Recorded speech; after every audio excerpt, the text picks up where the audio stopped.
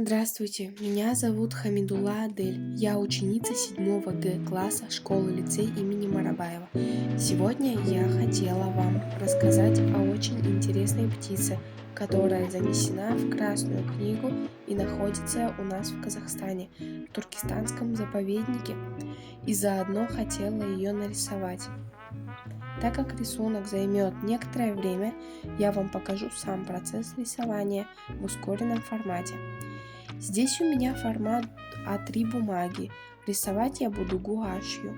Еще у меня есть вода, палитра, кисточки и салфетки. В первую очередь я начинаю с фона. Я замешиваю голубой с белым для неба, а потом перехожу к земле. Для этого я перемешиваю охру и белый для создания цвета песка. Потом я перейду к основному рисунку. Сойка будет стоять на камнях.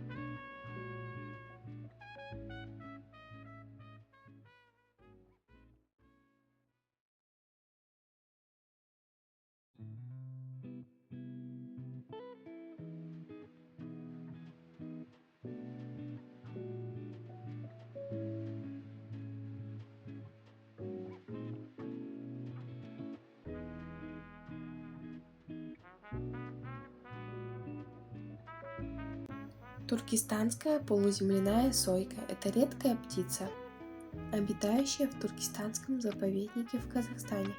Ее называют жемчужной полупустыней, ведь она появляется среди соленых озер и полузасушливых равнин. Заповедник играет ключевую роль птицы. Каждое ее появление – напоминание о хрупкости природы и необходимости беречь эти уникальные земли.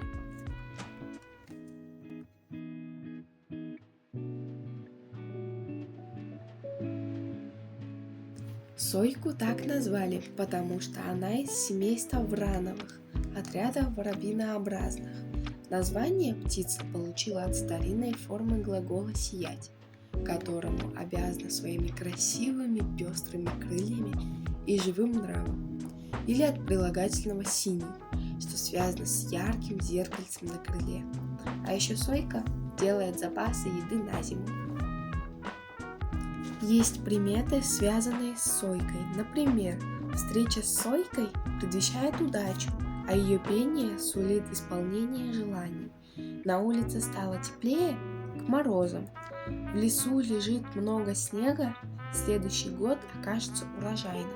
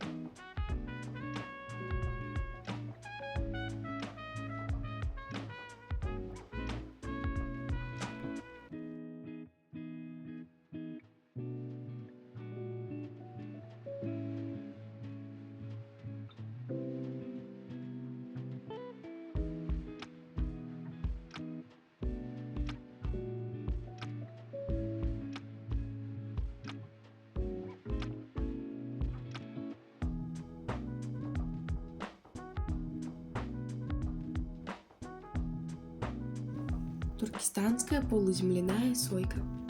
Это не просто редкая птица, а важная часть уникальной природы Казахстана. Она живет в непростых условиях степей и полупустынь и показывает, насколько удивительно может приспосабливаться живая природа. Однако ее существование напрямую зависит от состояния окружающей среды.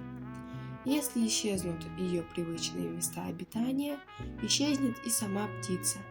Поэтому охрана природы, создание заповедников и бережное отношение к окружающему миру имеют огромное значение. Сохраняя туркестанскую сойку, мы сохраняем природное наследие и заботимся о будущем следующих поколений.